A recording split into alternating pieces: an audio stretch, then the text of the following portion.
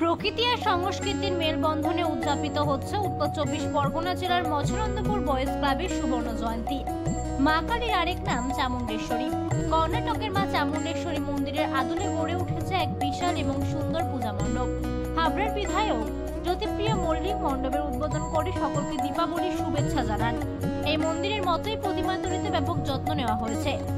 এবারের প্রতিমা অন্য সবার থেকে আলাদা। বড়মার মুখে যেন প্রেম করুণা ছড়াছড়ি, আর চোখে যেন ভবিষ্যতের স্বপ্নের ঝলক। এই প্রতিমা দেখলে মনে হয় যেন সব দুঃখ কষ্টের মধ্যে থেকেও আলোর দিশা দেখাচ্ছে। বয়েজ ক্লাবের ফের একবার প্রমাণ করে যে সংস্কৃতি আর ঐতিহ্য তাদের অন্তরের গভীরভাবে জড়িয়ে আছে। চিরাচরিত কোথায় পুজোটা হয়, অজিত সাহা 50 বছর না, অজিত সাহা না, অজিত সাহা ক বছর করছিস? 40 বছর করছে অজিত। এবং প্রতি বছরই এই পুজোটা খুব আকর্ষণীয় পুজো। প্রচুর মানুষ আসে, বনগাঁ থেকে আসে, হাবড়া থেকে আসে, দশনগর থেকে আসে, বিভিন্ন জায়গা থেকে, স্বরূপনগর থেকে, বাদুড়িয়া থেকে আসে। আর আমি যতদিন রয়েছি, গতবার আমি আসতে পারিনি, ততদিন কিন্তু এই পুজোটা আমি একদম পার্টিকুলার টাইম বিকাল 4টে এসে উদ্বোধন করি। সারা দিনে কালী পুজো আমাদের জেলায় সব থেকে বেশি হবে, সব থেকে বেশি। আজকে প্রায় আমার উদ্বোধনই আছে প্রায় 22টা পুজো উদ্বোধন পরপর 10টা পুজো।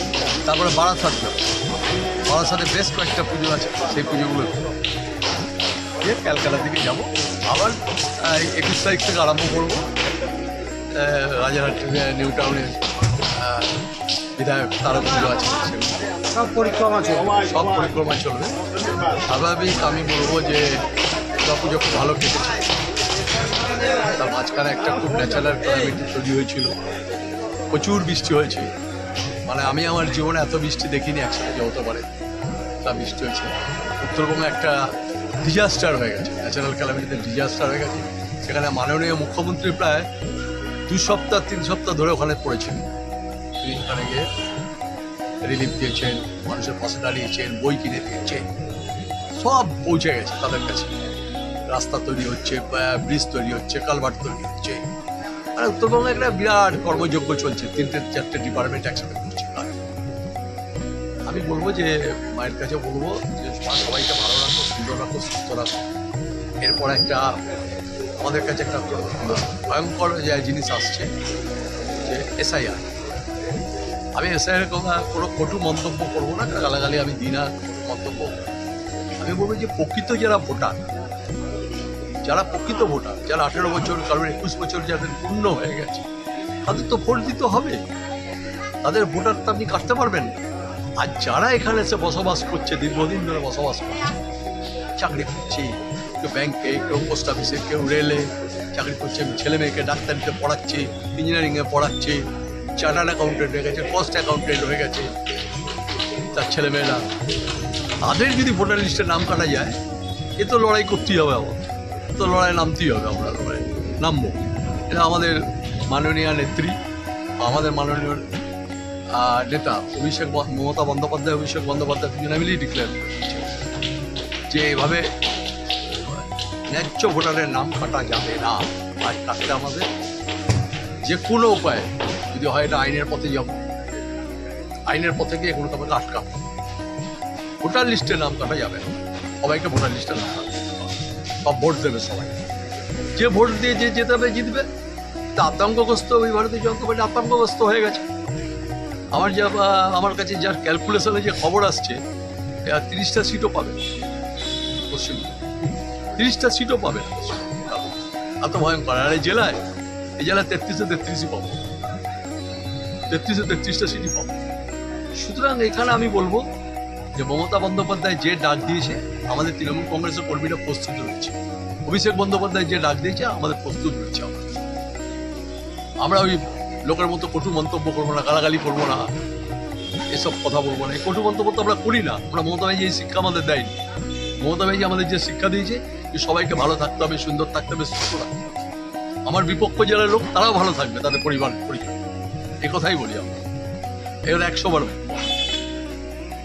এই ক্লাবের অন্যতম পৃষ্ঠপোষক তথা উত্তর 24 পরগনা জেলা পরিষদের জনস্বাস্থ্য কর্মধ্যক্ষ অজিত সাহা কি বলছেন শোনাবো আপনাদের। চোখের সামনে দেখতে পাচ্ছ যে মণ্ডপ আমরা করেছি, এটা হচ্ছে কর্ণাটকের চামুণ্ডেশ্বরী মন্দির। এবং আমরা যে প্রতিমা এবার দেখাচ্ছি নৈহাটি পরমার রূপটা আমরা দেখাচ্ছি, এবং আরো দুটো রূপ দেখতে পাবেন ওই প্রতিমার ডানের বাইরে। আরো দুটো প্রতিমা রেডি হচ্ছে, আজকে রাতে বসে যাবে। অর্থাৎ প্রতিমার মধ্যে একটা নতুনত্ব রয়েছে, এটা প্রতি বছরই আর থাকে আমাদের। কারণ আমাদের প্রতিমা তৈরি করা তো আমাদের ভাবেরই ছেলে সুজিত শাহ তৈরি করে। আমরা কোনো ওই কুমার পাল থেকে যেরকম প্রতিমা তৈরি করে আমরা কোনোদিন করি, আমাদের ক্লাবের ঠাকুর ওই তৈরি করে, সেইভাবেই তৈরি হচ্ছে। সেই প্রতিমা বাকি দুটি রাত্রিরে তৈরি হয়ে যাবে, সেটিং হয়ে যাবে, নিশ্চয়ই মানুষ আনন্দভাবে সেটা করবে। আর সবচেয়ে বড় জিনিস আমাদের এখানে যেটা হয় সেটা হচ্ছে যে আপনি কোনোদিন দেখবেন বয়েজ ক্লাব কোনো জায়গায় কোনো চাঁদার ক্ষেত্রে কোনো জুলুম, কাউকে অখুশি করে কিছু করা তা নয়। কিছু ছেলের নিরলস পরিশ্রম করে যায়, তার পরিণাম, এবং সেখানে হয়তো আমরা নিজেরা ডোনেট করি কিন্তু মানুষকে কোনো বিশ্বাস করি না। আপনারা জানেন যে আমাদের এরপরে ডিসেম্বরের শেষে জানুয়ারিতে 7 দিন উৎসব হয়, কালচারাল ফেস্টিভ্যাল হয়, সেক্ষেত্রেও কিন্তু আমরা কোনো জায়গায় চাঁদা করি না। সেখানে আমাদের নিজস্ব জায়গা থেকেই আমরা এগুলো করবার চেষ্টা করি। এবং মানুষ যখন প্রতিমা দর্শন করতে আসেন, প্যান্ডেল দেখতে আসেন, কোনোদিন দেখবেন না দেখেননি বয়স তার কোথাও দৌড় ধরে কোনো মানুষকে আসতেছে। মানুষ চোখের মতো আসে, অত্যন্ত আনন্দের সঙ্গে ঠাকুর দর্শন করে, প্যান্ডেল দর্শন করে বেরিয়ে যায়। এবার তার অন্যতা হবে না। আমরা এবারে পুজোর আগেই কিছু বস্ত্রদানের ব্যবস্থা করেছিলাম, সেগুলো আমরা করেছি। এছাড়াও আরও কিছু প্রোগ্রাম আমাদের মধ্যে রয়েছে, সেগুলো আমরা করব। কারণ দুটি দুস্থদের ছেলের চিকিৎসার ভার আমরা নেব, সেটা তাদের গার্জিয়ানকে আমরা জানিয়ে দিয়েছি। যেমন আমরা ইতিমধ্যেই একটি মেডিকেল কলেজে চান্স পেয়েছি একটি ছেলে, তার মেডিকেল করার দায়িত্বটা আমরা নিয়ে নিয়েছি। কারণ তার বাবা অত্যন্ত গরিব, হকারি করি, স্বভাবতই সেই কাজগুলো আমরা করি। এই কাজগুলো আমাদেরকে করতে হবে, যা খুব স্বাভাবিকভাবে বয়েজ ক্লাব শুধুমাত্র পুজো বা ফাংশনের মধ্যেই থাকে না, এছাড়াও এলাকার মানুষের জন্য সর্বতভাবে আমরা চেষ্টা করি। আজকে বলে গেলেন প্রাক্তন মন্ত্রী যে এসআইআর নিয়ে কেউ উত্তেজিত হবেন না, যেভাবে হবে পাশে থাকবেন।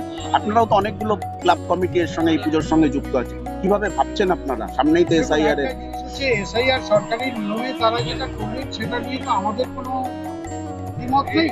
একটা সরকারি নিয়মে হবে সেটা ঠিক, কিন্তু কোনো প্রকৃত ভোটারের নাম যদি পাচ্ছে তাহলে তো সেখানে গণ্ডগোল হবেই, সেখানে আন্দোলন হবেই।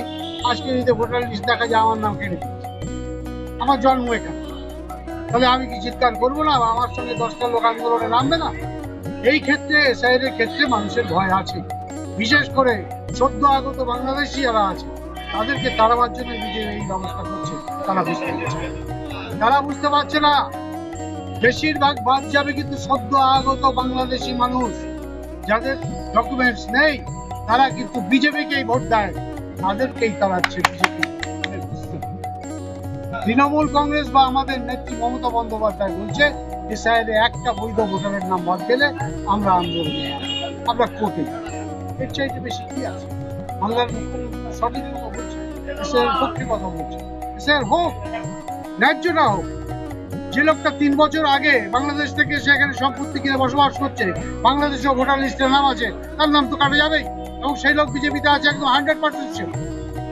ইতিমধ্যেই দেখা যাচ্ছে বীরভূম 2-এ এক ভদ্রলোক ডাক্তার, বাইরে ডাক্তারি করেন, 10-12 বছর আগে এসছে, তার 2 জায়গায় সাতক্ষীরাতেও নাম আছে। কি বলবেন? এরকম ডবল প্লেয়ার যা পাবেন না সব বিজেপি, আমাদের পুরনো লোক। সেক্ষেত্রে আপনার পঞ্চায়েত কি ব্যবস্থা নিয়েছে?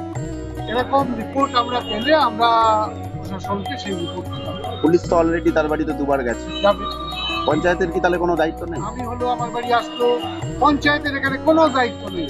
পঞ্চায়েতের ইনফরমেশন দেওয়ার দায়িত্ব যে অনৈতিকভাবে একটি লোক এখানে বসবাস করছে, সম্পত্তি কিনছে, তিনি বাংলাদেশের নাগরিক, কথা তিনি বলছেন, অসুবিধে করে কিন্তু স্বীকারও করছে।